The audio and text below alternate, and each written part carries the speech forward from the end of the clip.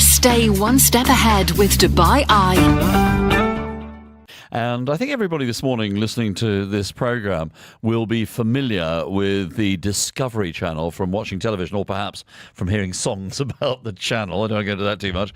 I think wildlife and the great outdoors when I think of the Discovery Channel.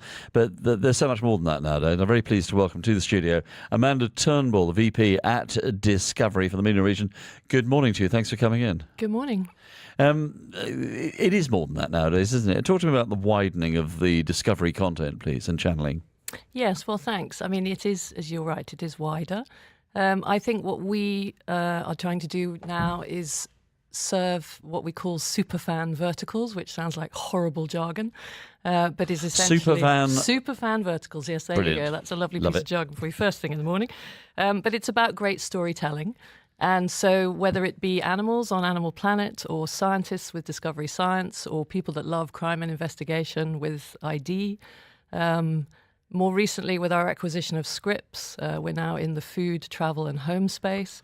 So the idea for us is to serve these very deep verticals of people who have a particular interest in a certain key area, and we overserve them, if you like, with content. I think I'm right in saying probably that most people, when you think Discovery, you do think animals, you think sort of wildlife stuff, don't you? But you've got about 8 or 9 separate channels. Is it 8 or 9, something like that? Yeah, well, actually, in this region, it's 15. 15, yeah. Globally, we have an average of 10 channels per market, over 220 markets. So, yeah, I mean, we're lucky that we started early, over 30 years ago, and we were really first to internationalise. I guess the big question with that sort of, roughly 10 globally per market, how broad could you get? I mean, for instance, could you move to more general entertainment programming? No, I don't think we would do that. So we are very focused on what we call this real-life entertainment. So it's really outdoorsy stuff mostly, is it? Not necessarily, no. I mean, it can certainly be. I mean, we have Fatafit here, which is an Arabic language food channel. It's a much-loved brand in this region, which we acquired in 2013. And that's very much, studio-based, kitchen-based. The Great Arabian Bake-Off. The Great Arabian Bake-Off, yes, that's right, that sort of thing. Throwing that in for free, you can have that one. Yes, we thank you, don't charge me for that, that idea.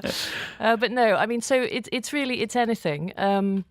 But I think the idea of, it's real-life entertainment, it's real people and it's real stories.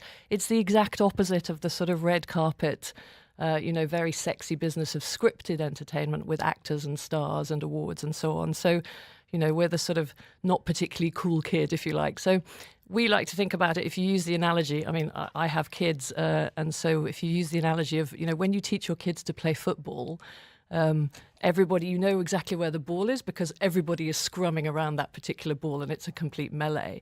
And that's what we see right now with the scripted space. So you've got Amazon and Netflix and a whole load of people, and it's very, very expensive and very competitive. And we're the sort of person who's not scrumming around the ball. We're in this real life entertainment space. And from a business perspective, it's interesting because the content, the hours to make the content, it's an average of sort of $400,000, $500,000 an hour. It's not as expensive as some of that really huge scripted. The hit rate is far better. And I think the most important thing for us is that we own the IP. And this is really important in this game because it's not about what screen you're on anymore. It's having ownership of your content globally so that you can serve that to viewers on any screen, any way that they like.